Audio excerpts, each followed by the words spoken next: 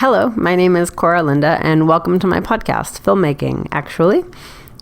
This is part 2 of a 2-part series featuring a very special guest, award-winning documentary filmmaker Ansley Sawyer. Enjoy!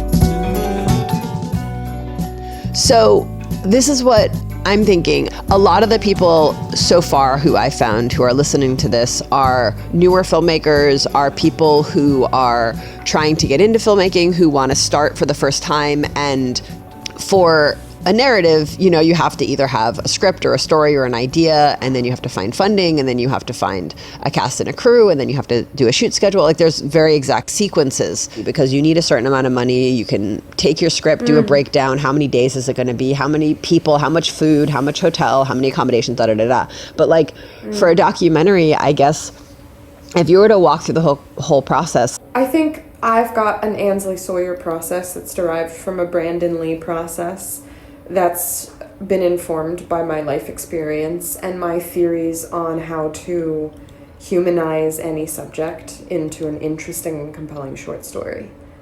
If I had to give you why I tell stories and how, that would be it in a nugget. And I think a lot of people could agree with that motivation, but my processes wouldn't work for them and my workflow wouldn't necessarily be a part of theirs. And so I think it's really important. I was interviewing a little kid last week for a video about a nonprofit that works with little kids in arts and crafts. And I did not expect this bit of wisdom. It really struck me. I said, it was a question about creativity, and she said, I was like, how do you respond to people who say that arts and crafts isn't important? And she said, well, if you're not feeling creative, that means that you haven't made art in a long time. And I was like, oh my God, that's genius. That's so freaking cool, because I constantly, as a creative professional, overthink everything. And I get in my own way constantly about, should I budget for 6 days? Should I budget for 5 days? You know, or should I make this choice? Should I hire a fixer and a driver, or should they what's be a the fixer? person? Sorry for cutting you off. It's okay. A fixer is a local guide who speaks the language and can introduce you to communities that you're trying to gain access to, and or help integrate your just questions about you. It's more than being a tourist, and they understand that you're there trying to capture a story, and they're there trying to help connect you the story because they're from the story. Right. That's a fixer. Okay.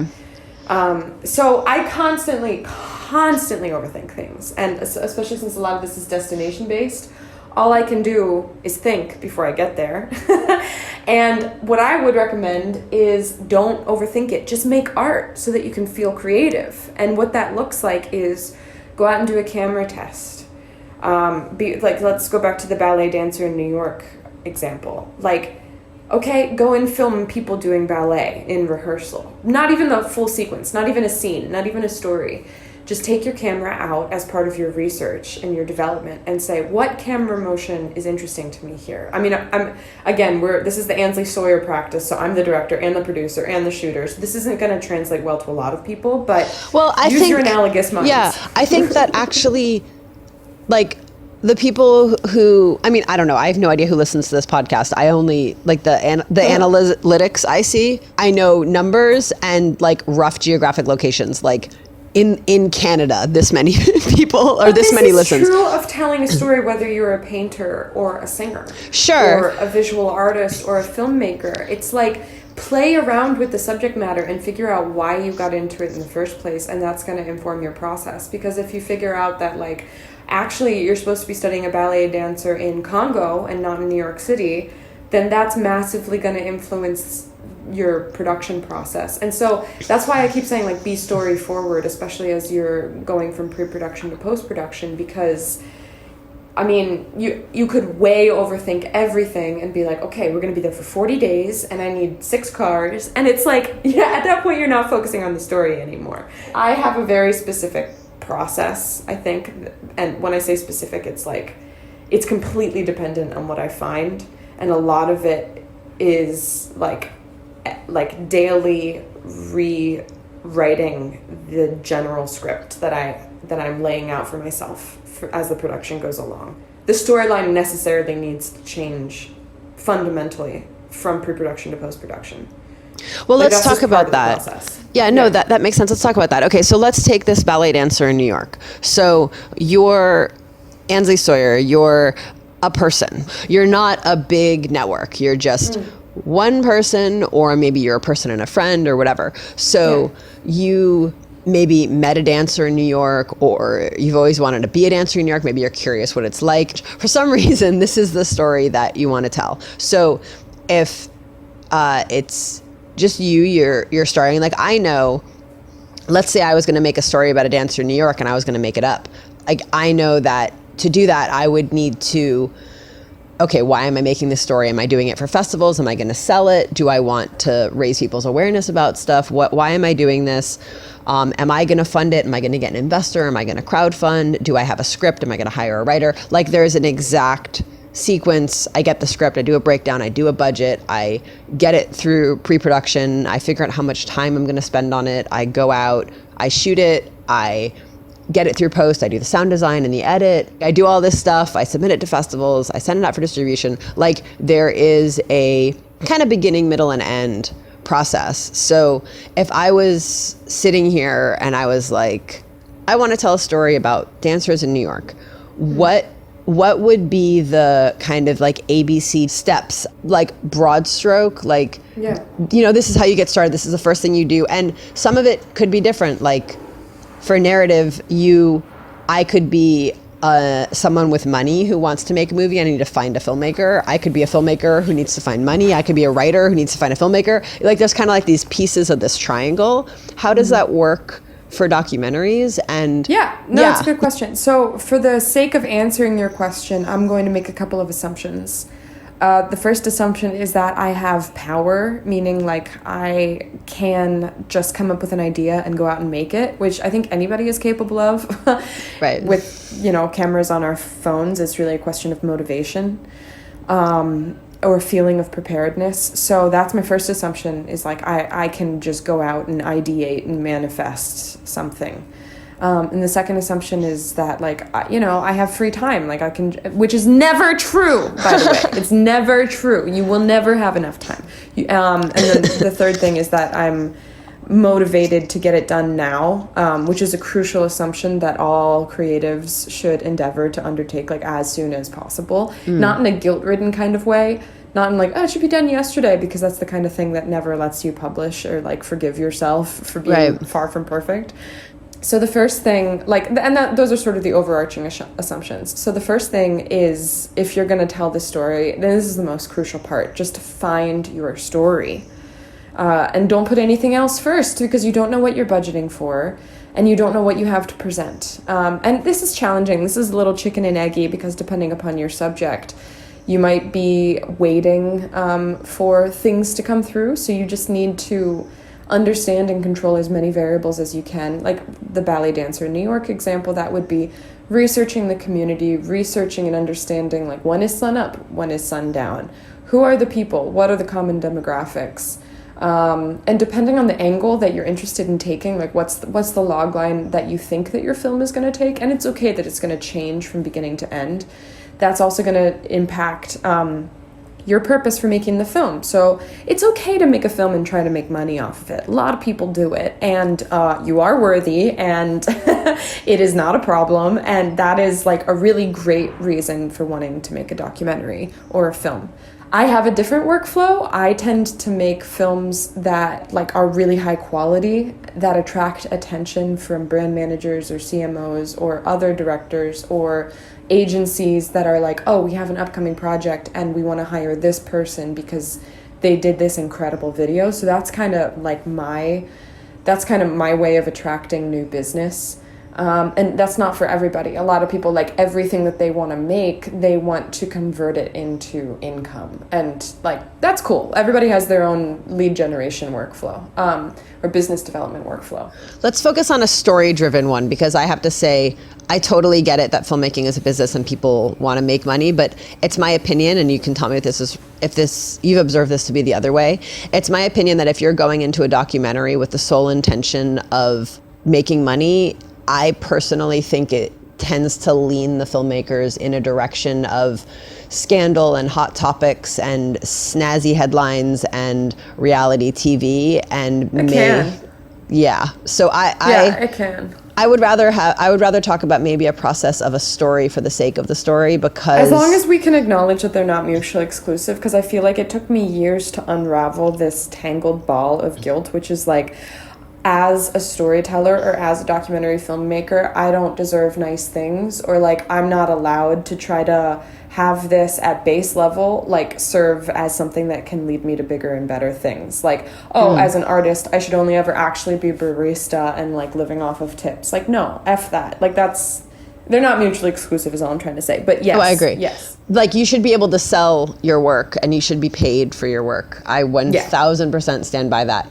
I just mean, like, if you had telling a story and making money as like two items on a list, I would rather talk about maybe the angle of where the story is number one and the money's number two versus where the money's number one and the story's number two. Me too. Okay. Yeah. So you find your story and you do ultimate service to the story. So whatever that means. So you move to their neighborhood and you budget what's in that neighborhood. Or like you're like, okay, I need time to build trust with these people. They have busy schedules. They're young people. They're constantly in rehearsal.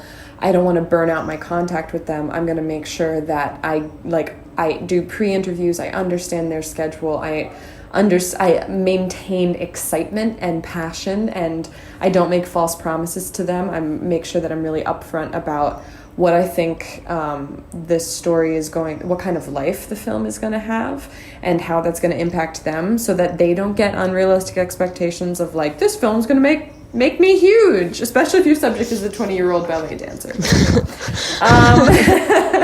I picked that because it's kind of benign. That's why I was trying. It is, but it's also it's a nice subject. And so, I mean, again, like, your process is totally going to depend on, who your subject is. But my recommendation is just to go in deep as fast as possible. Again, with the assumption that, like, you don't have a 2-year-old kid and you can just, like, go for 2 weeks and go film and just completely dedicate yourself. Like, make your own contingencies, like, figure out your own life, but as much as possible, spend as much time filming and building your relationship with your subject.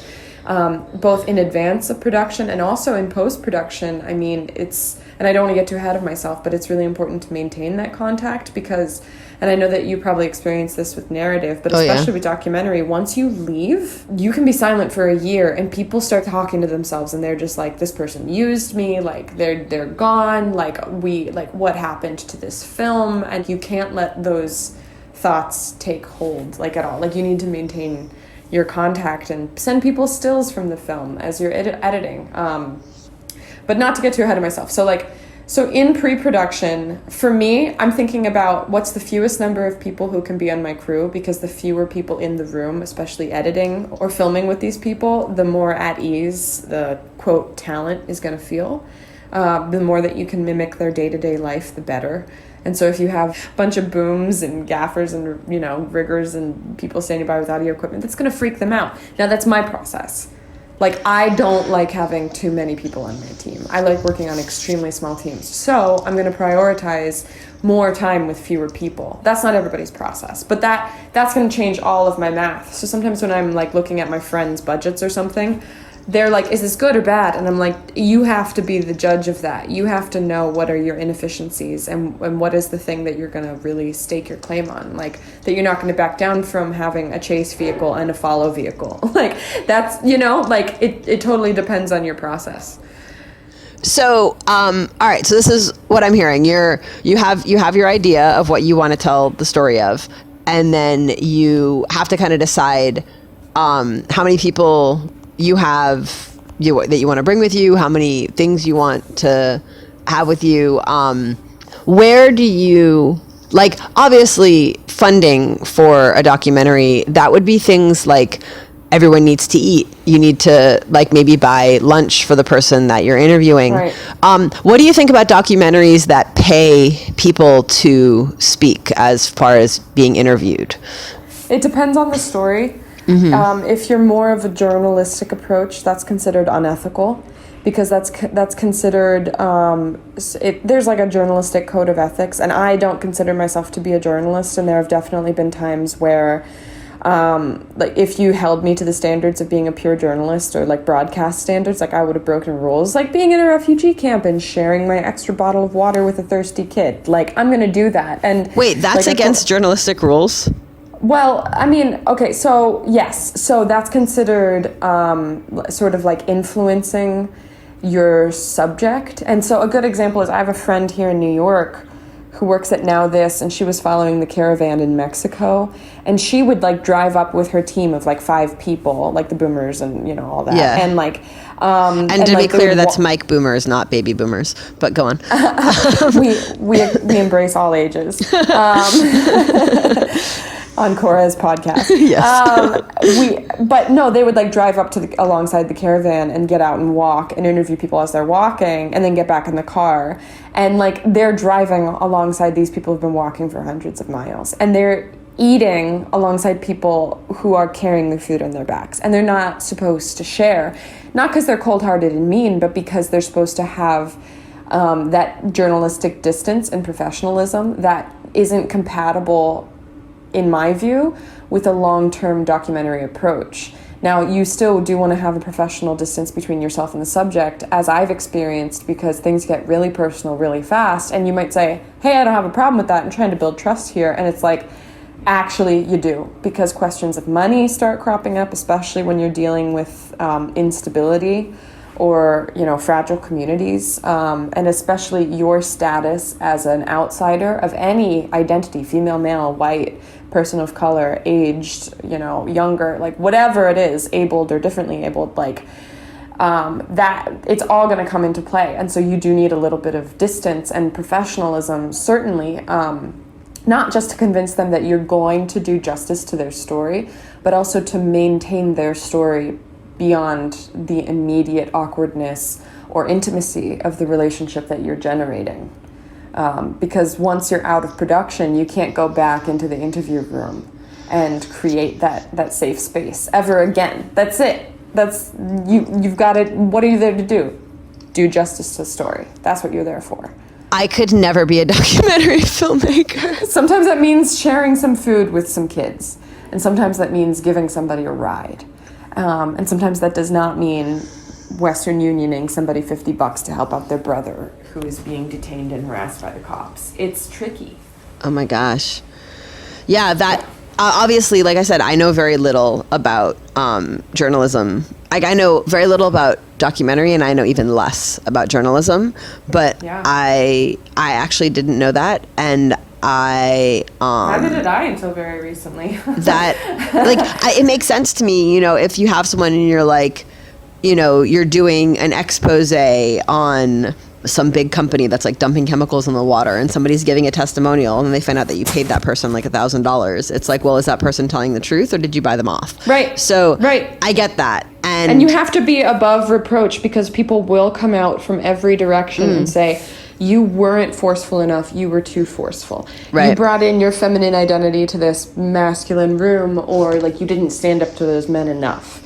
And I've definitely experienced this as a documentary filmmaker. It's not so much about covering your bases as it is all the rest is noise, and I need to get my noise-canceling director vision headphones and just look at the story, because it's not that nothing else matters, because it all informs your approach, and it all informs your ultimate, like, relative success or failure. But that's the other thing to keep in mind is, honestly, dark and dirty secret, life pro tip of documentary filmmaking. Nobody's going to come along and tap you on the shoulder and be like, I can see that you really care for these people, and that you really like empathize with them, and that you really feel their struggle, and that makes all the difference. It doesn't. It really doesn't. Did you clearly tell their story or not?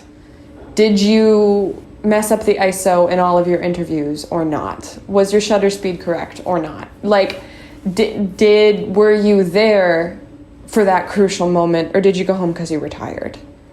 Did you budget for the extra week that you ended up needing because something happened or not?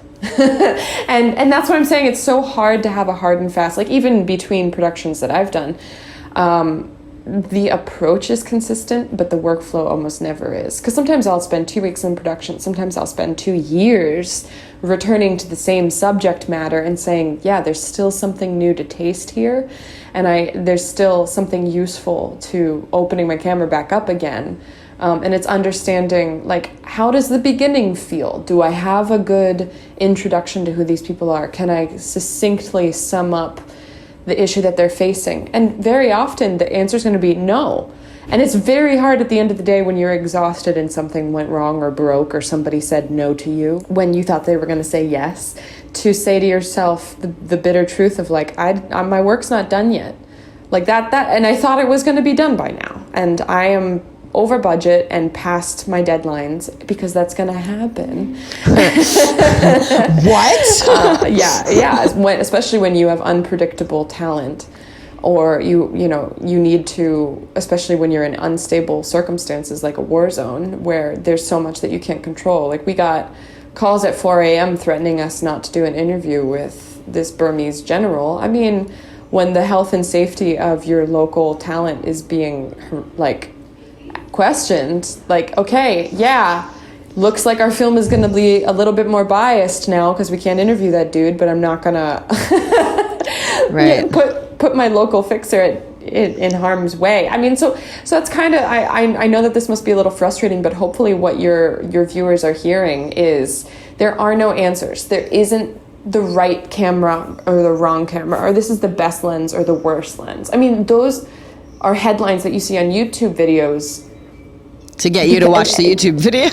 Go watch the YouTube video. I mean, go do your own research. And whenever people used to tell me that, it was really frustrating, but really return to these basics of like, if you're not feeling creative, maybe it's because you haven't done art in a while.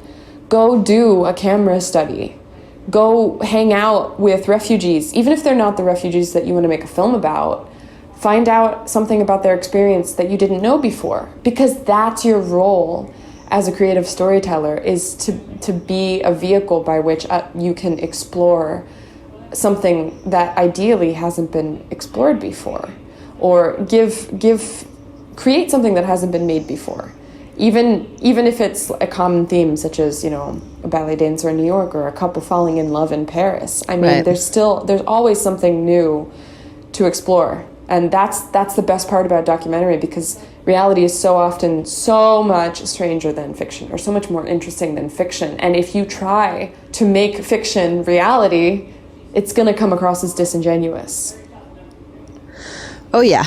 There's some fiction author who said that the difference between reality and fiction is that people expect fiction to make sense. Yeah. And I always replay that in my head whenever I'm writing a script or working on a narrative film.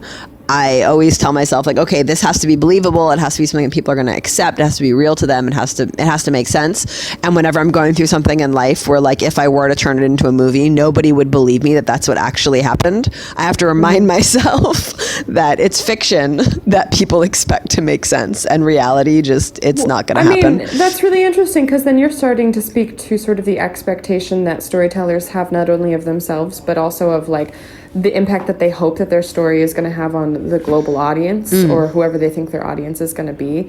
And, like, I'd say, like, don't sweat it too much, because I mean, sweat it a lot. Like, make sure that it's an interesting story. Like, do your due diligence, actually work hard to deliver and craft and curate an honest, true to life, authentic story. I mean, really sweat the production. But I guess what I'm saying is, like, something that I experienced early on in documentary was, but my point of view isn't going to be shared by everybody. Like, it's my point of view. If you don't have a point of view, that's a problem. And if you had a point of view and you're watering it down because you're afraid of isolating an audience, or on the other side of the spectrum, if you are afraid of being called biased, or if you have these fears of being called this or that, especially from the creative community, I mean, let that inform your process. Don't be biased. Try to like use those insecurities to actually have a deeper exploration or self-reflection of like, how could this story be expanded? But don't also be afraid of like having something to say, because if you don't have anything to say, people are going to pick up on that, and it becomes very boring very quickly, and it's just kind of like a half-assed approach at telling what should be a very empowering story, I think. No, I think that makes sense. Would you say to maybe temper that with decide what you want to say once you see what's there versus deciding what you want to say before you've even begun to shoot? No, that's a great question. And I think sometimes what you want to say is different from what the film needs to say. Because sometimes what you want to say isn't really, it doesn't really matter. Like for me, it's like, refugees are humans too. And it's like, okay, that is true. And a lot of people could agree with me. But what really matters is that we need to raise so much awareness that it becomes embarrassing for the Burmese military to continue these operations. Like, if nobody's talking about it, right, that's only helping the perpetrators of these crimes. Right. And so, like, the ultimate purpose of this film is to get people talking about this issue. And that was extremely specific to, like, we don't exist. So that's not the purpose of every documentary film. But that was our mission for that particular film. And so that informed our point of view, which was this cycle of violence and poverty is bad. It's been going on for 70, 80 years. Here is the history of it. Now looking forward to the future. If these people want to have any success whatsoever, the ending of the film was suggesting that refugee youth education is the crux. It's the path out. And like, if we are preventing 16-year-olds from dropping out of their very difficult to access education opportunities, then they're going to enter the poverty cycle, and it's just going to take another generation to attempt to develop the leadership to fix their own problems internally, because foreign actors haven't been able to figure it out. So to take the ballet dancer example, maybe as a director, I'm like, oh, I love ballet, and I want everybody around the world to love ballet. That might be a misguided goal. Right. If your goal instead is to say anybody can do ballet, that's different from you saying, I want everybody to love ballet. Personally, me as a director, me, Ansley Sawyer, like I want an excuse to go film ballet dancers. But the goal of the film should be more call to action-y. It should be more specific. And by the end of the film, you should develop something that does service to the story. And the story might be ballet is beautiful, but it should also, especially in the realm of documentary, I believe, my opinion, speak to a greater truth that humanizes the story in a way that hasn't been done before. And, you know, you have to go through the process that is extremely specific to the subject that you've chosen. Like, I could make up a million endings right now. Like, okay, it's a trans ballerina and, like, their experience is valid. Or, like, this person broke their leg and had to get a transplant, and now they have a bionic leg and they're differently abled and they can do it too. Or maybe it's a 49-year-old, like, housewife who never had the chance to go and study ballet, and finally she's taking a second lease on life. Like I could just sit here all day and just spit those ideas out at you. And, like, the ending of the film would change so much based off of what you discover through the process of empowering their story. I like that you look at documentary as an empowering of the subject story, and I think that's probably an important thing to highlight as far as, you know what I mean? Like, it's not about, like, I want to tell a story about ice cream because I like ice cream, so you all are going to see how much I like ice cream. Like, ice cream's high in sugar, and sugar is really bad for you, and that's just a scientific fact. I can't, like, slant the world to fit my documentary and call it a true documentary, so I like that you know, focus. I think that's really important. Well, I think where that comes from, just to flesh that out for just a moment, for me is I've seen a lot of stuff. I have believed a lot of, I mean, I guess what I'm trying to say is I've believed a lot of different things. I've been through a lot of things in my life where I've had one experience. I'll be very specific. I used to be very Republican. I was raised in a gunsmith house. Like, my family used to work for Reagan, like, ultra conservative. And it's not even like I moved away from that because those are all bad things. It's just like through exposure to different voices, different experiences, different languages, different countries, different stories, I've learned that nothing really matters.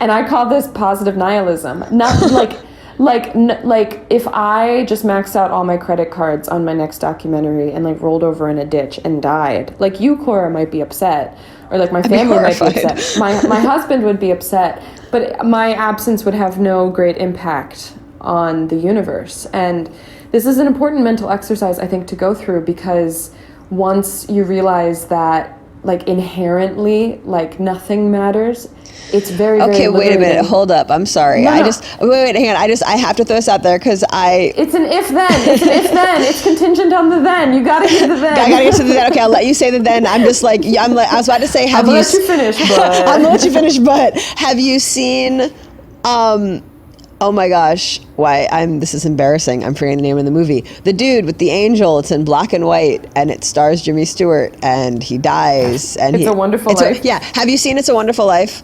Like, yes. Don't ever, I just have to say, just because, like, this is something that I feel very passionately about, and because I just feel like it's so important for people to know that you have no idea how much the universe changes by your presence, and you have no idea what you've done for people what decisions someone else has made and what has happened because of that person. I mean, in It's a Wonderful Life, he was nothing, and his little brother went off to war, but he saved his little brother's life. And when his little brother died, his brother wasn't there to save the entire legion that got killed in a battle, because his brother had saved them when he saved his brother. So Butterfly's wings, man. Right. You are a butterfly, Ansley. Don't let anyone tell you less. I'm sorry. Go on. I'm so sorry for shooting that down, but I feel so strongly about the importance of individuals. I don't feel that you shot it down, because I think that was an important thing to say. So yes. Okay, I'm Absolutely. so sorry. I love you so much. I don't want to talk over you, but I talked over you. You don't need to be sorry, because I don't think that they're mutually. I think that they speak to two different points. Okay. And everything that you just said, and in another way, and of course I'm oversimplifying. I hope you know that. I don't think that I'm worthless, and that's not the point that I'm trying to make. What I'm trying to say is, nobody is more special than anybody else.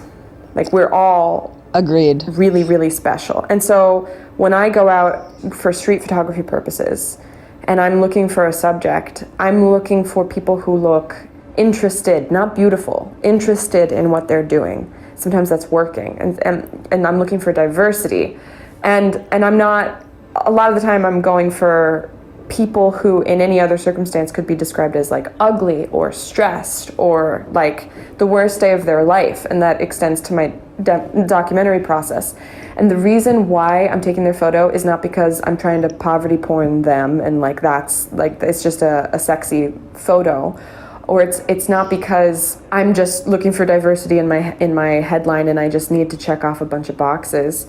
It's because legitimately I truly feel like every human story has value. And if you can't find the interesting nugget of wisdom in their experience, no matter who they are, then you haven't done your job well enough. And so to go back to the positive nihilism point, what I was trying to say is, yeah, like, it's a little bit like memento mori. It's like, I am going to leave this world. You are going to leave this world. The people around us are going to leave this world, whether we like it or not. And none of us asked to be here. We're all just doing the best we can. I didn't ask to be here and you didn't ask to be here. But now that we're here, we can recognize that we all have something valuable to contribute, and we all have a really interesting story to tell. And so what I'm saying is, before I die, which is inevitable, I might as well give my life's work to empowering every other person's right to tell their equally fascinating story. And sometimes it just takes a couple of extra hours or days or weeks to peel back the layers to get them feeling comfortable so that they can tell it the way that they know how. I love you. No, that's wonderful. And I love you too. I truly am, like, I am sorry for cutting you off, and I'm not saying that as like, oh, I'm sorry, not sorry. Can you give me that 1 minute rundown? Yeah. Okay, so go. Yeah, for sure. 1, beginning, middle, end. Beginning, find your subject. don't let yourself get scared by all the obstacles that start popping up. Just make a list of those obstacles and turn them into questions so that they then become opportunities for you to get even closer to your subject. Do service to your subject is your punchline for number one. Number two, this would, I guess, be production. This would be actually filming it. Work long hours. Sometimes put your camera down. Be very, very aware of what you fulfilled and what you still need. And don't be afraid of people saying no to you, and don't be afraid to say no to other people. People are going to be very hungry for your time, saying, you need to film this, you need to film that. Really very clearly identify the mission for your film, which is what are you trying to accomplish. I mean, this sounds like ABCs, but it's crucial. So figure out the mission of your film. What is your film trying to change? Like, what space does it exist in that didn't exist before?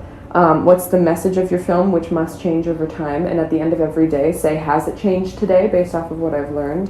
And then also be rigorous in your data management, because losing footage is the worst thing in the world. Okay. And nobody is going to prioritize the quality or consistency of your footage unless you do. So I think that's one of the most deadly important parts of the production process, is making sure you take care of the footage. And then in post-production, for number three, and moving into distribution, what I'd say is, at this point, you should have your story. You should be figuring out how it changed and how that impacts not just the message of your story, but also the audience, and start sharing content and engaging directly with that audience. For the ballet dancer example, it would be inhabitants of New York, anybody interested in art, or people interested in whatever identity politic or other angle that you've undertaken. And for distribution, there are a billion options out there. Don't get intimidated. Don't get scared of the fact that you have so many options, but also don't get distracted and try to do all of the options, because then you're going to get spread too thin and you're going to genericize the mission of the film, which is a bad look in the industry, I'd say, and it just shows a lack of direction and that you're just really there for gratification. So allow the overarching point that I said at the very beginning, do service to your story, to be the motor that pushes your entire production along. Don't get scared when your passion starts to succumb to all of other people's frenzy. It's okay not to love your project every single day, because it is gonna be a roller coaster ride. You are gonna go up and down, but you are not allowed to just shelve that project and put it away. You have to finish it. And be proud of it. If you're not proud of it, start over, go back, get more source material, interview new people. If you lose your passion, ask yourself, where did the story go? And find it. Thank you so much. You are amazing. I'm endlessly inspired by you, and I'm so thankful that you took the time to share your experience with us.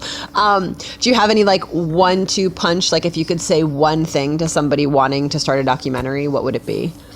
Just go out and make something. Just do it. Because you have this idea now, and you're going to have it in 6 months, and the difference between now and 6 months is that you could have done something about it. And just because you didn't do something about it, don't stay up late feeling bad about that. Just go out tomorrow, give yourself an hour, and go and give yourself a bite-sized assignment and do it and get some momentum. And if you aren't feeling creative, it's probably because you haven't done art in a while. You're amazing.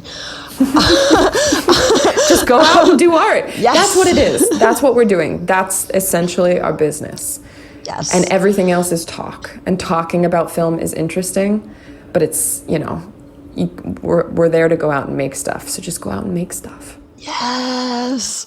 So thank you again to Erica for asking your question. I hope we've answered it. I hope this has been useful information. Share this podcast with your friends if you think it may be helpful for them, and let us know what your questions are. What topics should we cover next? And we've got a couple of awesome episodes lined up for you, and we're excited to keep sharing what we know. And that's it. Thanks for listening. Bye.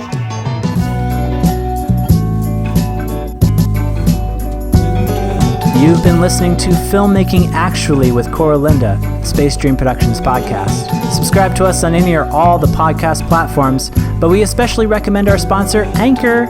If you like what you hear, leave us 5-star ratings and positive reviews on iTunes and Stitcher. It helps more listeners like you discover the show. But the best thing you can do if you really like the show, is tell a friend. Want to leave a comment or ask a question? Email at filmmakingactually@gmail.com. This is Spacey speaking. You are hearing me talk. And we'll see you next time.